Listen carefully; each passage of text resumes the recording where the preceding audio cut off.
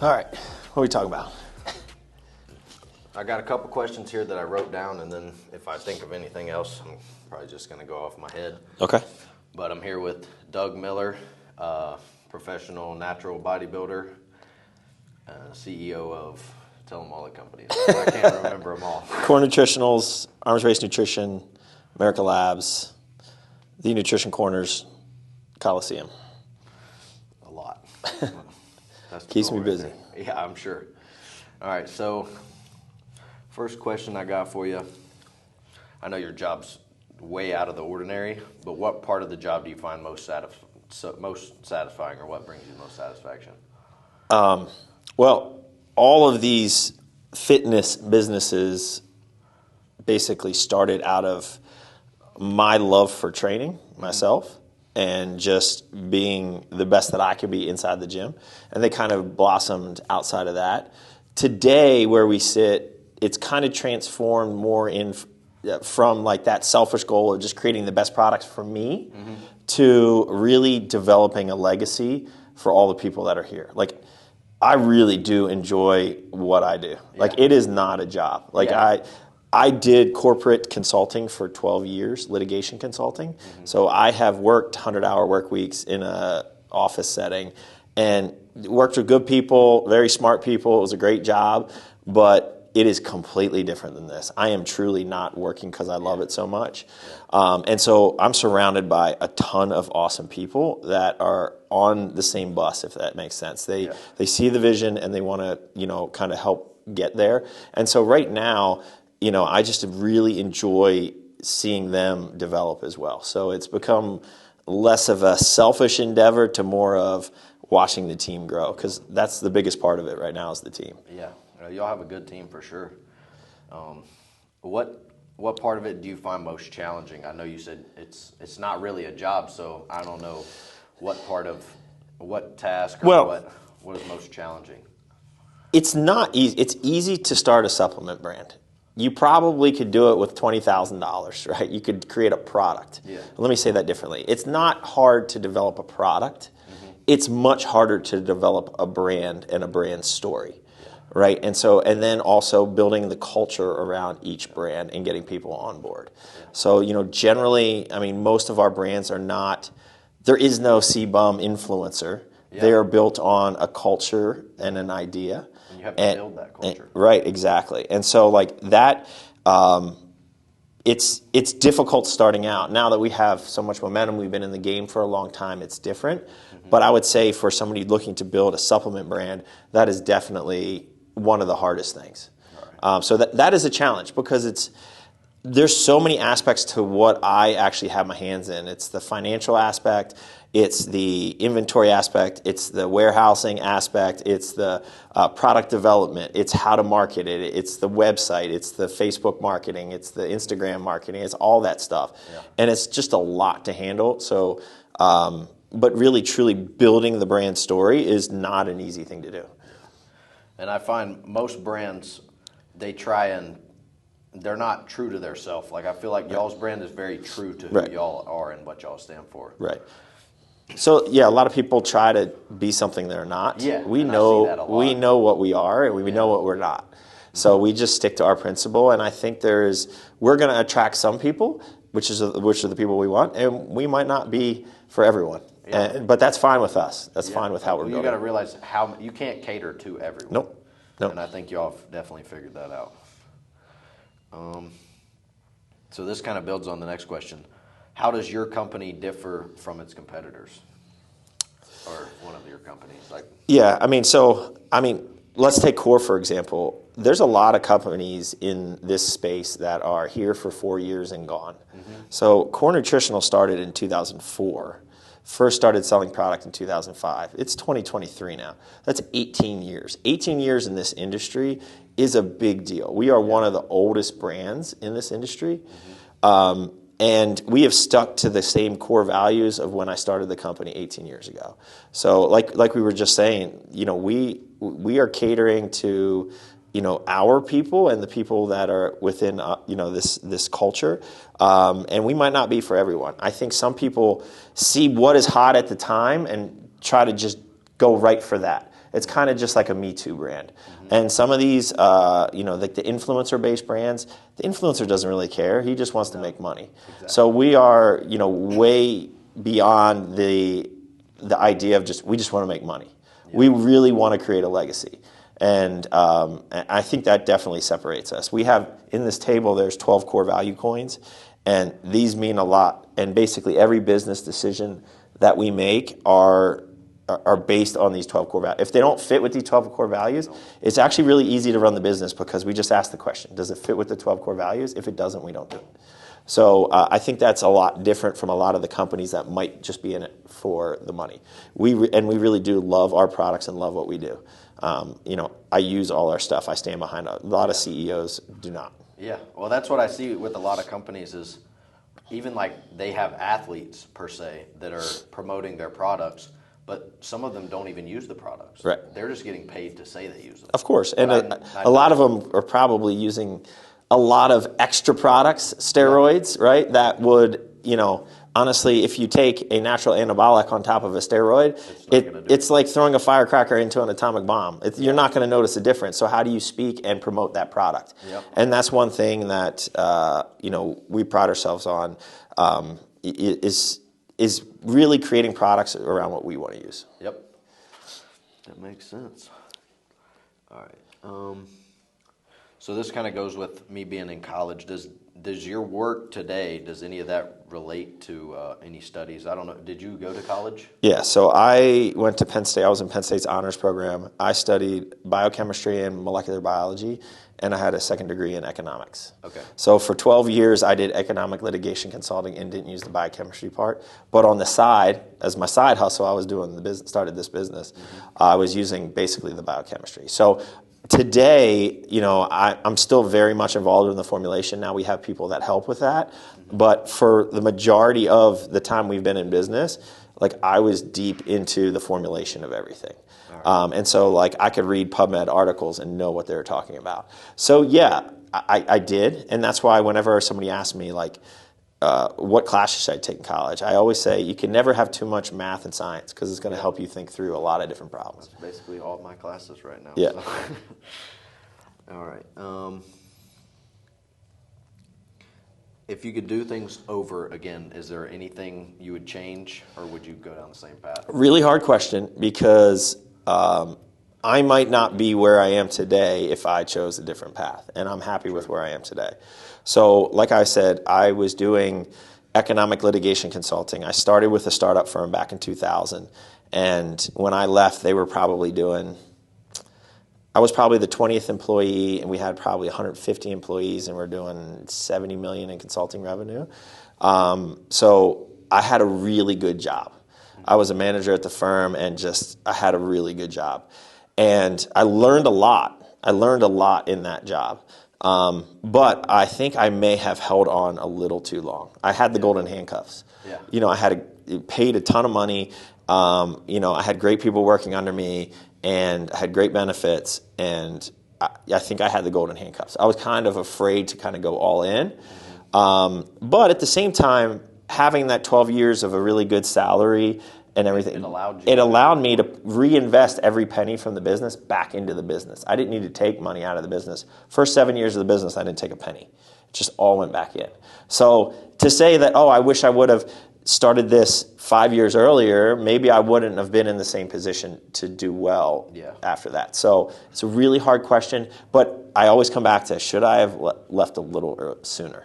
Yeah. And I guess you never really know that. You never really know. Maybe 3 or 4 years earlier, that still would have given me a really long time to kind of live in the corporate world and figure out how to handle a lot of things, figure out how to deal with attorneys. Man, I'm a whiz in an Excel spreadsheet. And if you don't know how to use an Excel spreadsheet, we use it every day here. I still blow people's minds with my pivot tables and everything. So that's a great skill to have. And I did it every day doing consulting, computer programming. Did it every day back then. Don't use it now, but it did teach me a lot of great skills. So I definitely got value out of that experience, but I think I could have left a little earlier. All right.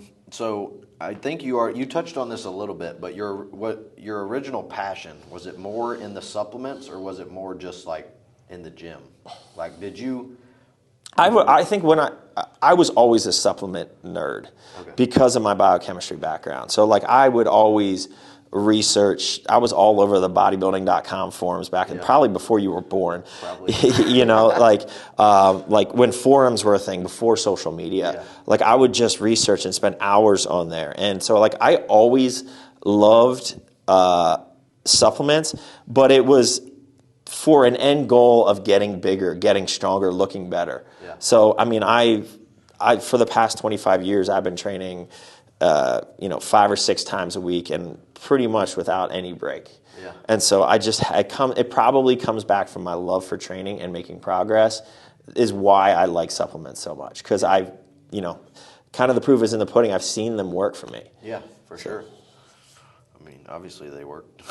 You were top in the world in natural bodybuilding, if I'm correct on that. I don't really pay attention as much to the natural side as... It's hard. I'll be honest with you. I don't either anymore. Like, I don't really pay attention to much bodybuilding at all. I just love to train. I love bodybuilding, but I couldn't name the top 10 in the world. I mean, I could probably name a handful, right? Yeah. But especially once you get into physique and classic physique and bikini and all that, like I could name... Nick Walker, C-Bum, Rami, Clarita, like the big guys, Bonek, but like beyond a handful, like I just don't follow it that much. Yeah. And part of that is just because I'm busy. I'm too busy. Like, super busy. I can name them all, but I was at the Olympia, so that all right. I spent 5 days at the Arnold and I didn't see one competition, so. That's crazy.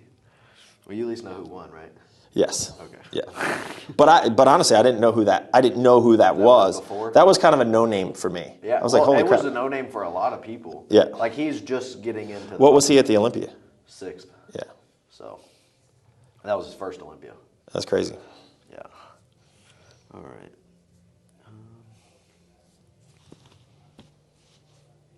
Yeah. So you said you already touched on the biochemistry was one of the main things, but what courses specifically would you say that were?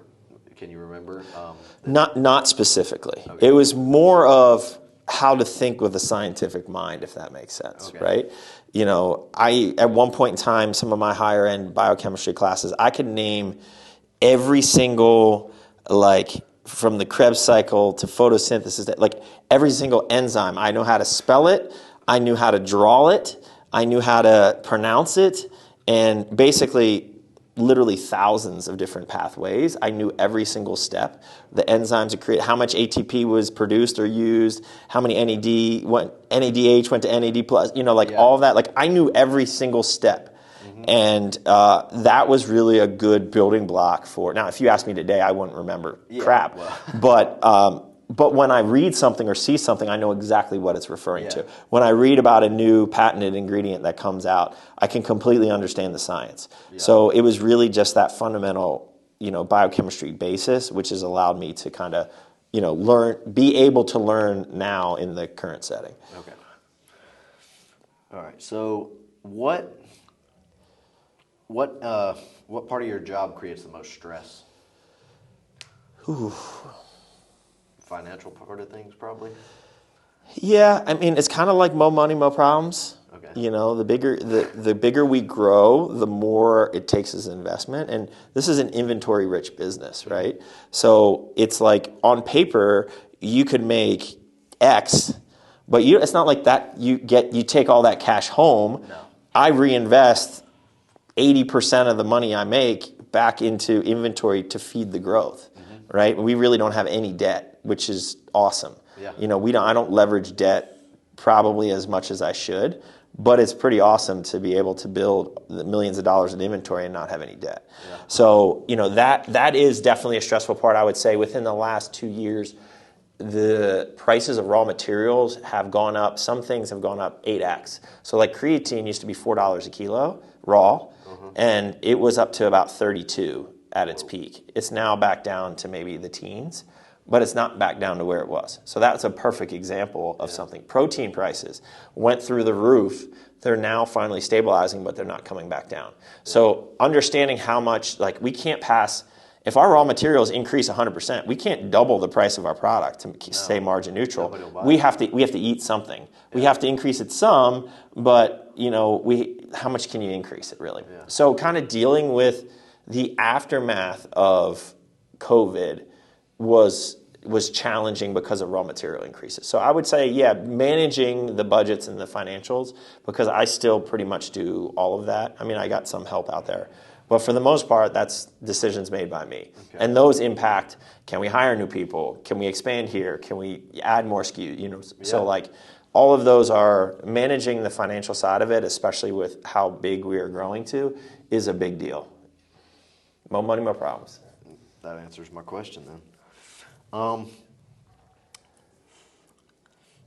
How would you describe the working atmosphere with the people whom you work? I know you mentioned that it's a good environment. You'll have a good team. It's a family. It's a family. And that's so cliched. Yeah. But it truly is. Like, quite frankly, we track PTO, pay time off, but that's just a formality. If somebody needs a day off, if they get their stuff done, sure, take a day off, right? We've had people that, have gone negative in their PTO because of one reason or another. That's fine.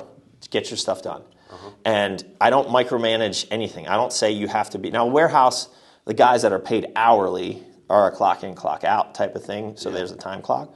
But for the most part, everyone who's in the management up here, they come in when they need to come in to get stuff done. There is no micromanaging. There is no you have to be here by 9 o'clock and you have to stay to 5 o'clock or whatever. You're kind of on your own schedule. And some people are in here at 4:30, literally, because that's the way they like it. And some people come in at 10. Some people stay till 7. Some people leave at 4. So it's really, as long as you're, managing what you are responsible for and you're pushing yourselves and getting better, I don't micromanage any of that. So it's a super laid back. But I think we have a culture of discipline, and I think that starts with me and kind of goes down from there. And so you can't be that non-micromanaging without a culture of discipline. No, for sure. So we've instilled discipline, and that's one of our core value coins right here, be disciplined, so that I'm not going to micromanage you, because if you're not disciplined, you won't be here long. Yeah, no, that makes sense. And you had to create that atmosphere for these people to even come and work here in the first place. All right. So if your job progresses, you have a lot of, it's not just a job, but if your career progresses as you like, is there any specific next step that you plan on taking? So I'm setting this up so that I said by the age, I'm 43 now. So I said by the age of 50, it might be longer than that because I do love what I do. But by the age of 50, we joke, I was like, I kind of do it now a little bit too. I'll come in and just kick a couple things over, sample a couple products, jokingly, and then go on to the next thing, and I don't have to bother them because they are developing they know what my response is going to be. They know what my answer is. So I'd really like to make myself obsolete, right? Which is, now I am the face of the brands in many senses, but I'm not an influencer per se. Yeah. So my goal is to not be an influencer. My goal is to make all of them influencers in their own role, right? And so my goal would be that in 7 to 10 years, and we're probably adding another brand even as soon as this year. That could be massive. My goal would be to take a step back from the everyday, so they could even make the decision to come out with a new product, formulate it, flavor it, and I'm never even involved in it, right? Now, just knowing my nature, I will probably poke my head in and kick something over, right, and say, what the heck is this, and whatever. But that is my goal. And then it's, I have 2 young kids that are 6 and 9 that are super active, and I want to be there for them completely. Yeah. I mean, I love being for them now, but, as they are in their teens and about to move on to other things, the more time I get to spend with them, the better. Yep, for sure. But there really is no retiring here. There is no, and I really don't have, people have asked me before, and I've had investors come up to put money in, but I really don't have I want to sell mentality. Yeah. In the supplement space, it's hard. A lot of times you can get investors to come in and take 30% and drop a couple $1 million in and something like that, but I'm not even really interested. Okay. I don't really want to have to answer to anyone. Yeah. I want to do it my way. That makes sense. Yeah. All right. Were there any major like qualifications that you had to go through in order for you to, succeed in this business, or because you don't really need certifications or you don't need any of that? I think it's the ability to figure things out. Another one of our core value coins is the ability to figure things out. I think it's this one here. Take ownership, figure things out, right behind your computer. Yeah. At the end of the day, I didn't really have a mentor. I just have a good ability to figure things out, talk to the right people, like know who to talk to, know where to go, and lean on those people. And that's what I've been able to figure out. And so that's one of the key things in us hiring somebody is I don't need an Ivy League degree. Yeah. But I do need the ability to figure something out. So when you don't know how to do something, like Matt's a perfect example, the manager of our gym. I've asked him to do so much stuff that he had no freaking clue how to do. And I pushed him. I said, listen, I know you don't know how to do this, and it's really not up your skill set, but figure it out. And he has. And he's done. That's why he's done really well here. Yeah. And so the ability to be able to figure things out is so key, and I think that has helped me grow the businesses. There wasn't any certification or anything. I will say when I became super successful in natural bodybuilding, that was kind of like the start of the real rise. That's where the brand really got attention, but the brand's way bigger than natural bodybuilding, which is a small niche community now. Yeah. So that helped. So my own personal brand and accomplishments have helped. Yeah. So I would say building a strong personal brand and then building a brand around that is a good thing to do. That makes sense. And in today's day and age, I feel like I don't want to be technically like an influencer, but like getting your name out on social media is going to be, it's a lot easier to get your name out on social media now than it is like to go like the bodybuilding route. Like even I see people competing at a national level or people that say IFBB Pro. That doesn't mean anything. Doesn't mean anything. You have to show your personality. You have to show who you are on social media nowadays. Yeah. And the hard part is, and I really don't enjoy social media, but I do it because I have to. But, putting stuff out there, even when you're getting 10 views, is important. You do a good job of it. I see your content and you're doing training stuff and you're pretty consistent at it, which is really good. Even if you're not getting 10,000 views on it. Well, it's crazy. Like that's why, like you said, you just have to keep putting it out because I'll have a video that literally gets 20 likes. Yeah. And even though I have like 3,000 followers, like 20 likes sounds like nothing, which it really is. And then I'll have a video that just blows up out of nowhere. Yep. And you never know which video that is. It could be the randomest video, or it could. Yeah. You never. So know. That's the thing is. Kind of grinding in the early stages when you're building your personal brand. I really wasn't in that era. I was like almost pre-social, like right when, I remember I posted a back picture when I was getting ready for my last competition back in 2014. And immediately I got 10,000 followers immediately. And that's kind of what blew it up. And that was literally like one of my first posts on Instagram. Yeah. And Instagram was way different back then. The algorithms were very organic, which was awesome, right? Yeah. Now there's shadow banning and all sorts of crazy stuff going on. So, putting out content even when you might not be getting the response that you want. And then also putting out content in multiple platforms. So I find the most valuable influencers are not just Instagram, right? They're not just TikTok. I really am afraid of TikTok, to be honest with you, because I think it's going to go away. I really do. I really do think it's going to go away. And then there are some people that are only TikTok.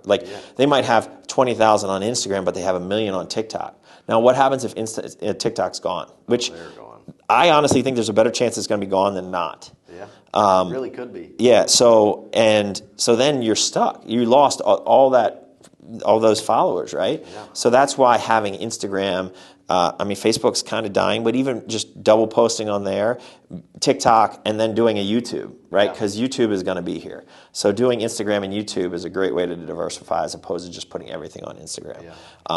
But it's a lot of work. It's a full-time job. Oh, for sure. Yeah, I'm still learning all the editing stuff and all that. Yeah, is why I'm starting on Instagram and I do TikTok as well. Yeah. And it's just crazy how I can post the same video on Instagram and TikTok and get two completely different. Yep. One of them gets 20 likes and the other one blows up. Well, TikTok is way more the algorithms are not so harsh right now. So like it's very easy to get something to go viral, right? Whereas Instagram, it's much more difficult. Yeah, so. For sure. All right. And Facebook marketing, like we used to spend a ton of money. We've pulled out all our not all of it, but all but like a couple $1,000 a month. Like we've pulled just about all our Facebook marketing because it's so not friendly anymore, and it's really hard to get a return on it. So we went from spending just a ton of money on Facebook marketing to like zero, and we really and our sales continue to grow. So things change all the time. Yeah, and you got to be willing to change with them. Yeah. Yep. All right.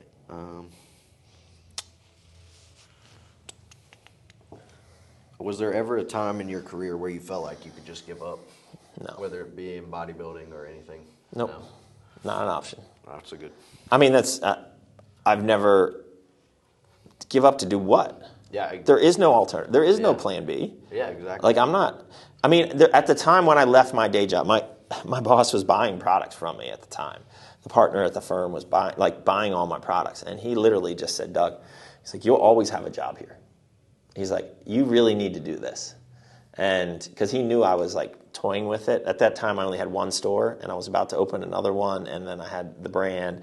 And I just asked him, I was like, I don't know what to do. He's like, dude, you'll always have a job here. If 6 months from now you come back and you say, man, that was a disaster, he's like, we have a place for you for sure. He's like, you'll always have a home here. And that made it way easier for me. You had like a reassurance. I had reassurance, exactly. But beyond that, once I left, I gave him like 4 weeks notice to clean up a lot of stuff. And then, once I was gone, there was not one time where I thought about, I'm going to be able to go back there. Not one.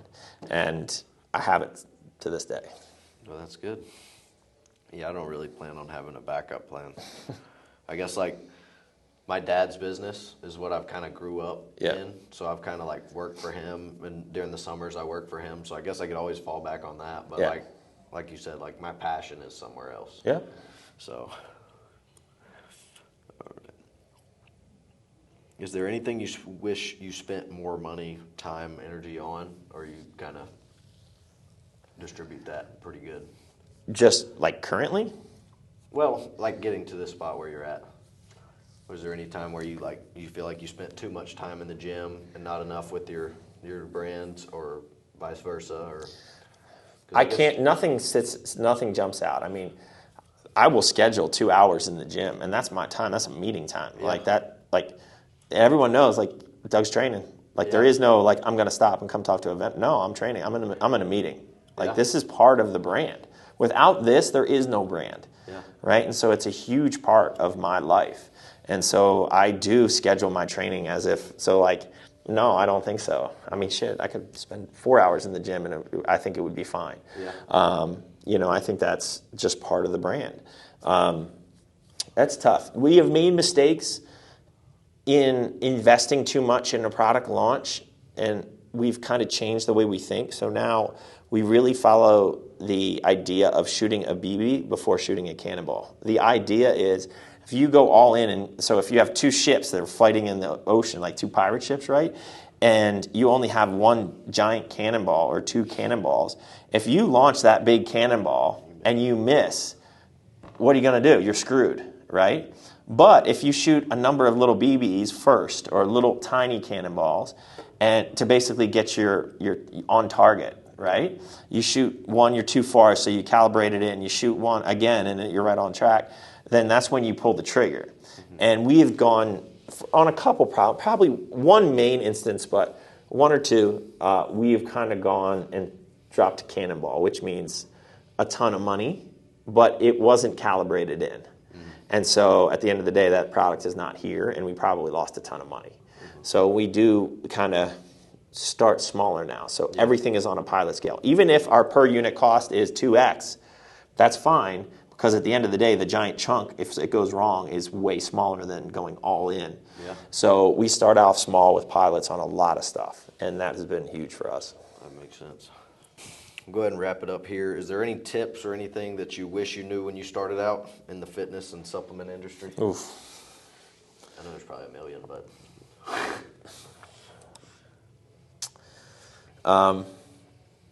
No, I would just say stay true to what you really want to do, And that might not be the most lucrative endeavor right off the gate. But if you're truly following your passion, I do believe that you will attract the right people and be put in the right place to be super successful. A lot of people see somebody do something and it blows up, so they're going to mimic that. That's not the path. That's not your path, right? That's their path, and that's great. But it's not your path. And so I would just say kind of stick to what you really want to do and how you want to do it, more importantly. So that's a big one because I see a lot of people make that mistake. Yeah, I feel like if you stay true to yourself, even if it doesn't blow up at the beginning, right? You will. You will attract the right people eventually. Yeah. You just gotta be patient. All right, so we'll wrap it up right there. Thanks for sitting down with me and talking about this. Finishes it off. All right, cool. Tyler Cook and Doug Miller signing off.